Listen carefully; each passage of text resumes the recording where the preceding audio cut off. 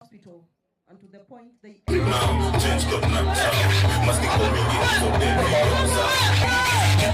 I called what we call vicarious trauma, because already we are. I hear you talk about the nurses. I'm happy that you are well acquainted with what is happening on the ground. There are some counties we go and you find that the governor is so green to the extent that does not understand what happens to the workforce that he or she is leading. We have prioritized health in our development agenda.